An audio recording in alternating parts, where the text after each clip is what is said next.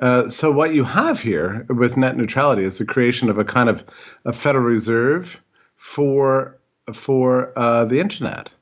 And the abolition of net neutrality, which the FCC has just come out in favor of, is actually a deregulatory measure that brings about a free market for internet service.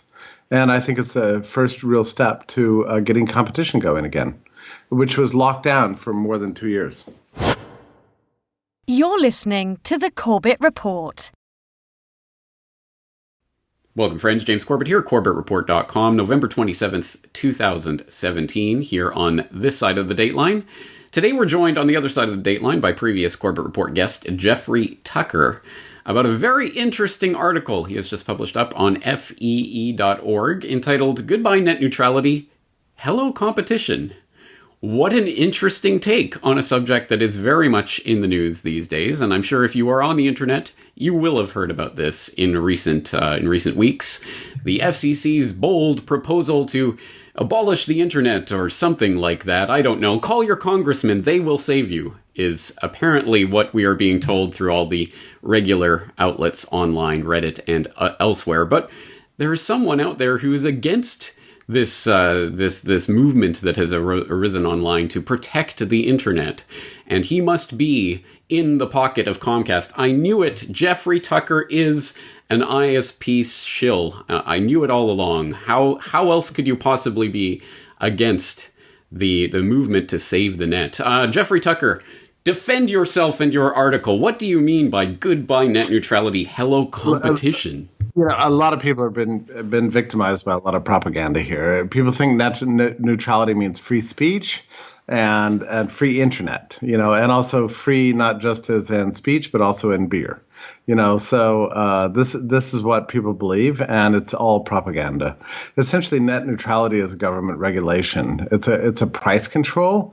The conspiracy to bring about net neutrality is a kind of a cartel of large content providers and internet service providers. It's very interesting to me that you said that I must be speaking on behalf of Comcast, but Comcast for 2 years has been very open and aggressive about its defense of net neutrality. I mean, people assume they're lying, but what if they're telling the truth? I mean, what if Verizon and AT&T and Comcast all favor net neutrality? In fact, my argument is that they do, because they figure that it's going to impose on them, and has imposed on them, very high costs that they figure that their close competitors cannot bear. So as incumbent corporate ruling class players in the industry, they're going to get away with it. And they're right about this. And of course, we know why Google and Netflix and Amazon and all the rest favor net neutrality, because they want to foist the costs of doing business onto somebody else. So what you have here with net neutrality is the creation of a kind of a Federal Reserve for the internet. And the abolition of net neutrality, which the FCC has just come out in favor of, is actually a deregulatory measure that brings about a free market for internet service. And I think it's the first real step to getting competition going again, which was locked down for more than 2 years. Yes, for more than 2 years. That's important because I think people are thinking that this is some sort of bold new move that the FCC is making that would undo decades or generations or millions of years of history or something. We are talking about 2 years of internet history, going back to 2015 when the FCC passed an open internet initiative or something along those lines. You might ask yourself, why are you still using a cable modem? Why is this happening? Why do you face such little choice? Well, I'm in Japan, so I don't. Okay. Well, in the United States, it's a disaster. I mean, most localities have one or two providers. Most of them are old technology. You just can't believe it. I mean, you try to get AT&T service, you're using, T1s, out of your phone lines. I forget now what they call that, or cable modems or stuff. I mean, and what's the prospect of this changing? Under net neutrality, nothing. It's going to be the same thing forever. But waiting in the wings are dozens of companies that are desperate to provide internet at much cheaper rates through much more advanced technology, whether it's fiber optics or distributed systems or God knows what's next, right? Yes. But we're not going to find out unless we deregulate the system. Well, let's get into the heart of that, because this goes back to this Title II regulation that took place in 2015, whereby the internet service providers were going to be regulated as public utilities. And we know how well that worked out in the telecommunications era of 1934, when the act was originally passed, which created the AT&T monopoly, which arguably held back telecommunications technology for half a century. So let's be clear about this. Comcast, Verizon, and AT&T all oppose Title II. And they're for net neutrality, but they're against net neutrality regulations, but they're for Title II. They're for net neutrality, they're against Title II. Title II makes them a public company. And no good cartelist, oriented capitalist is for being nationalized. Title II basically nationalizes the internet providers. So they were against that aspect of the regulation, and that's gone, thank goodness. But also gone is the price control. And that's what net neutrality really is. It's a control on prices.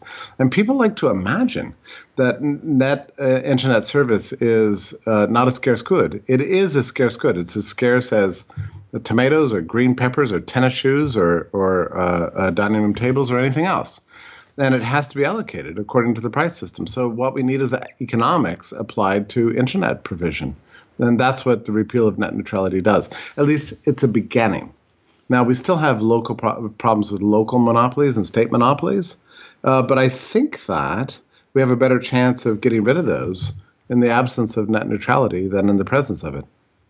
All right, so let's start with the devil's advocate questions, because yes, okay, scarce good in a sense, but not in the sense that this net neutrality concept applies to. For example, it would be like arguing that power companies should be able to charge you set different prices for powering your TV than powering your fridge. That's ridiculous. It's the same power.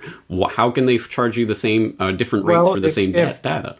If the fridge used a lot more electricity than the television, then it would be not a problem. And it's the same sense of the water company charges you for the total amount of water, and your dishwasher uses a lot more water than your toilet, probably. I don't know this for a fact, but you should be able to charge based on usage. But net neutrality actually prohibits that. So what it does is it creates a kind of a de facto price floor for internet service. And it's a generational issue. And I find it very interesting that you've got a lot of millennials out there that use vast amounts of internet. They're playing online games, they're torrenting files all day long, they're mining Dogecoin, whatever it is. Meanwhile, the next door neighbor is, a 70-something, and they're using the internet once a week to check to see if their great-grandchild has sent them an email. And it's really wrong. I mean, or let me put it this way. It should be up to the free market to decide the particular pricing schemes, not up to the government. And under net neutrality, the government has imposed this extreme regulation that forces pricing schemes on all the ISPs, which, Comcast and Verizon and AT&T, they don't mind that.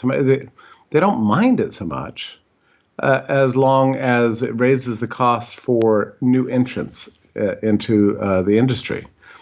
As incumbents, they can bear the costs. But new entrepreneurs that are trying to get into the market can't possibly compete because they have new pricing schemes in mind to charge people based on how much the internet they use. Now, that doesn't necessarily mean that you're going to pay more. Under competition, prices tend to go down over time. But at least initially, we may not see that taking place. But over 18 months, 24 months, I assume that if the regime is stable, we're going to start seeing real changes. And it's going to be dramatic and wonderful, actually.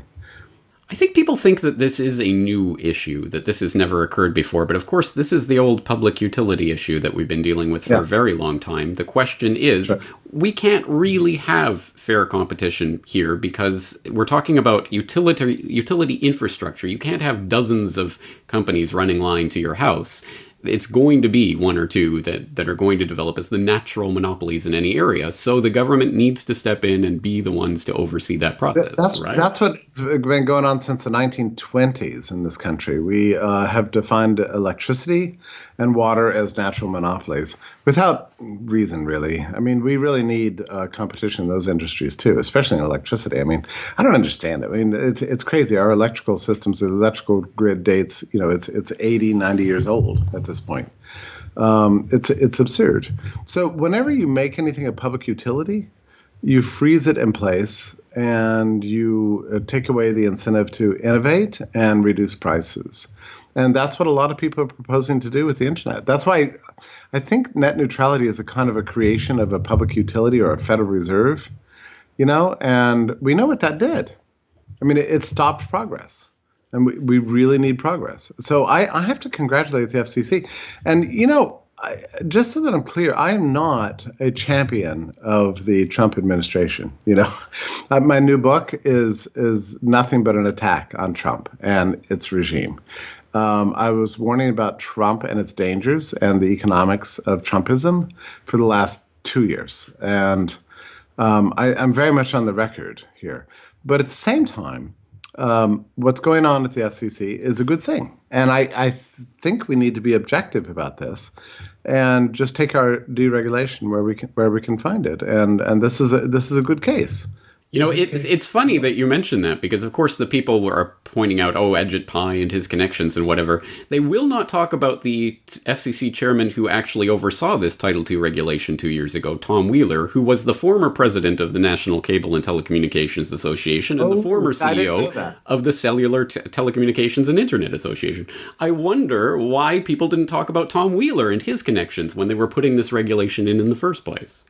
Yeah. That totally makes sense to me. It was an industry thing. Washington always does this. Whenever they start to regulate an industry, they always drag in what they call the stakeholders, and they put all the stakeholders in front of them and say, what do you want? And the regulatory bureaucracies serve them without an eye towards maybe there's some smaller players out there with good ideas that might have some new ideas on how the industry ought to be run, some new competitive ideas. And under things like net neutrality or the Federal Reserve or a public utility regulation, they don't get a chance. And it's very tragic. And, my own view is the internet is too important to play these games with at this point. It's our future. It's the future of humanity as far as I'm concerned. We have so many new technologies coming up, blockchain technologies and Bitcoin, cryptocurrency, crypto asset technologies. We desperately need a free internet, and I'm just glad to see these regulations just going by the wayside. I mean, this kind of net neutrality is really a New Deal style government regulation, and what's happening now is. It's not a free market yet, but it's a step. So I think we need to celebrate it when it happens. Yes. Well, let's also throw in an article from someone who's on our side of the discussion, but who plays something of the devil's advocate in this. Rick Falkvinge, who is the founder of the original Swedish Pirate Party, who writes up on his blog on Privacy News Online, privateinternetaccess.com, net neutrality is necessary regulation as a short-term emergency fix to previous bad regulation, where he goes on to ultimately make the point that previous regulation have put the United States in a situation where telcos have been given a position where they can effectively kill the internet because it threatens a legacy business model, a chance they'll jump on. Of course, the previous vested interest will always fight its replacement. The problem was the regulation giving telcos and cable companies the regulated ability to do this in the first place. So his argument is, because of previous bad regulation, this not perfect regulation is needed to basically correct the previous bad regulation. I get that, and I've heard this before, but it doesn't work. It's inconsistent in the end. Regulations never work. I mean, this is why I think we need a principled position. Actually, wherever the deregulation, let's fix that, and let's favor that. And like I say, what this does is it devolves the battle to the state and local governments. We can actually fix this, it's going to change the political dynamics dramatically. And internet provision is going to be different in every state and in every locality, and even all the way down to every subdivision going forward. But look, we're at a turning point in civilization. There is no way humanity is going to put up with these kind of mercantilist regulated systems anymore. And we have to start deregulating them at some point. And I think the best stage at which to start that is at the center, at the federal level, at the level of the central government. Let's get the federal government out of it, and then we can start devolving it down to the local level over time. But we had to do something. And also, these people that recommend federal regulation, they always imagine that they're going to be in charge of it and it's going to be conducted exactly as they want. And that's not true. You can have all the fantasies you want about how government's going to work for you, but you're not in charge of it. That's the critical thing about government. Somebody else is running the system. So you can have all the fantasies you want about perfect government regulation to correct injustice and bring about fairness and blah, blah, blah. It never happens that way. Ultimately, as long as you keep voting and voting harder and harder, the right people will get in and the angels will run the system. I know. And this is the number one error of people with this kind of ideological orientation, which for lack of a better term, is socialistic or leftist or whatever you want to say. I just got back from Yale University debating all these people. At the political union, 2/3 of them, were socialists. And speaker after speaker after speaker responded to what I called for, which was massive deregulation and so on. Got up and gave me their perfect central plan for how the world would work if they were in charge of it. And, to all these people, I would just say, that's fascinating, but you're not in charge. Nobody appointed you dictator. What you're doing is giving the worst of the worst the power to muscle the rest of us.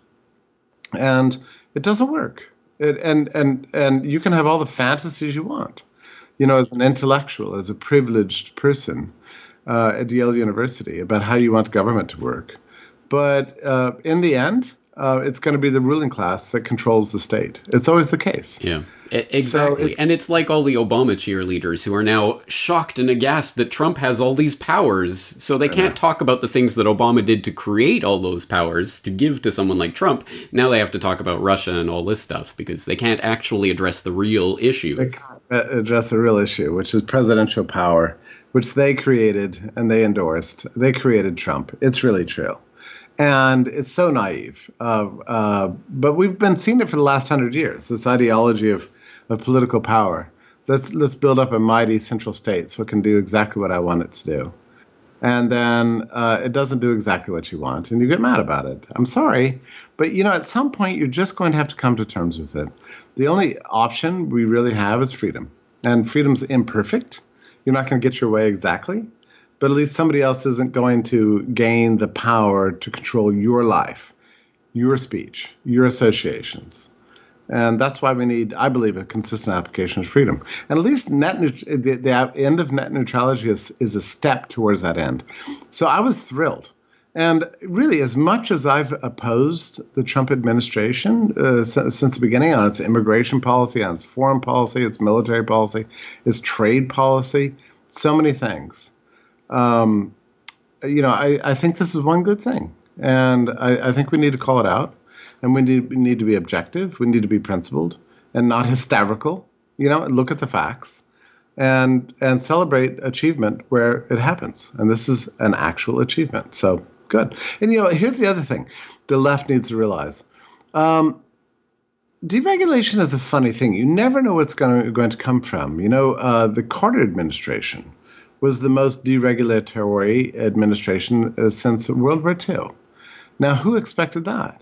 But under Carter, we got rid of trucking regulation and oil regulation, telecommunications regulation, and about 5 different acts of massive deregulation occurred under Jimmy Carter.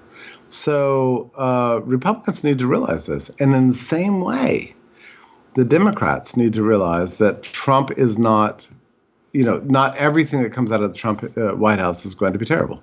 This is one good thing. So why not call it out and celebrate it?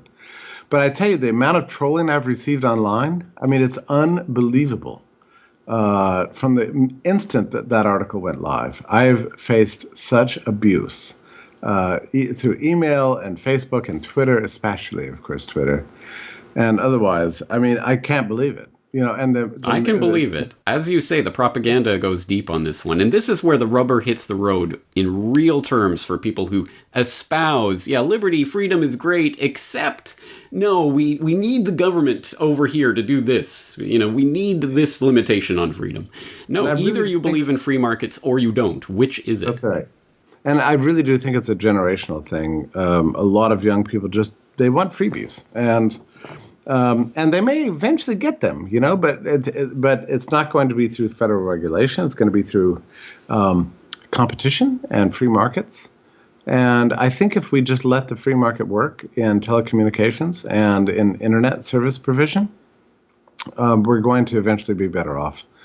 I'd like to say, to all the people who celebrate net neutrality and are opposed to this deregulation effort, I would say give it 24 months and then come back and talk to me. Let's see what it looks like. I think the world's going to be a different place in 24 months. We've held up progress over the last 2 years, and it's been very unfortunate. I mean, the costs have actually gone up over the last 2 years, and we've got no new service provision. I mean, it's very interesting to me. Google is in an interesting place because on one hand, it's a massive content provider, so it favors net neutrality. On the other hand, they're trying to bring about Google Fiber, which would come into every home in America and give you 2-3 times the speed of internet that you're currently getting. And they've been stymied, actually, because they're restricted by federal pricing. So this could help. I'd say in the long run, this could help Google come into your home and give you new options. But Google won't have a monopoly. There'll be somebody else. I'm a big believer in these new distributed systems that people are talking about, so that you don't have to even register with anybody. You don't have to subscribe to anybody. You can use leftover internet bandwidth from your next door neighbor, and I think this is coming to these distributed systems. There are things on the horizon that people who kind of vaguely follow these things have no idea about IPFS and mesh networking and these other ideas that are completely going to make this seem like the horse and carriage kind of debate. Well, it's going to make it all. Our current system is going to seem like dial-up in 5 years. It really is. And remember how we used to laugh about dial-up is horrible, right? And we laugh about it. Ha ha ha! Bad old days. Well, these are the bad old days. Now we're going to see massive changes in the future. And here I sit in Japan where I don't even know how many ISPs I have to choose from, maybe a dozen or something, and they're calling me every week trying to get me to sign up. Oh, we can give you a better price. We can give you a better deal here. So what are the prices like? Are they always going down? You feel... well, they certainly haven't gone up, and but the performance continues to go up, and it's fiber, of course, and it's...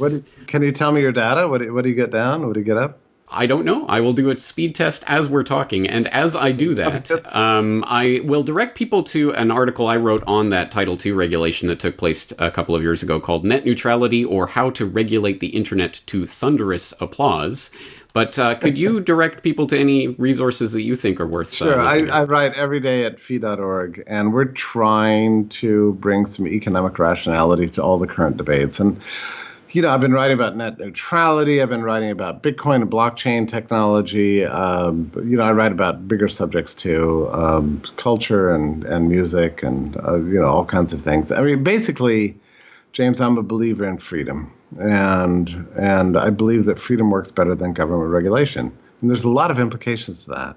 So every day it's my pleasure to be able to write about that subject.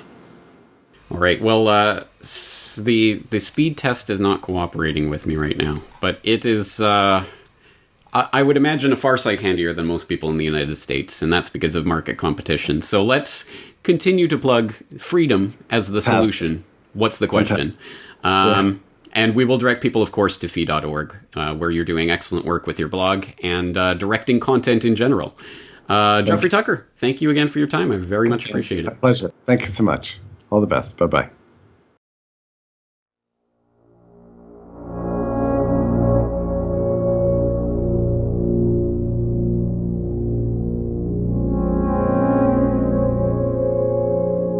The Federal Reserve, the heart of the American banking system.